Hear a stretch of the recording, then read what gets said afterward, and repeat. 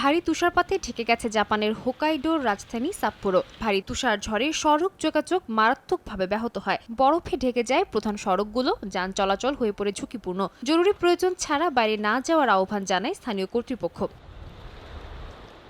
প্রাদেশিক রাজধানী সাপ্পোরোতে স্থানীয় সময় সোমবার সকাল পর্যন্ত 1 মিটারের বেশি তুষারপাত রেকর্ড করা হয়।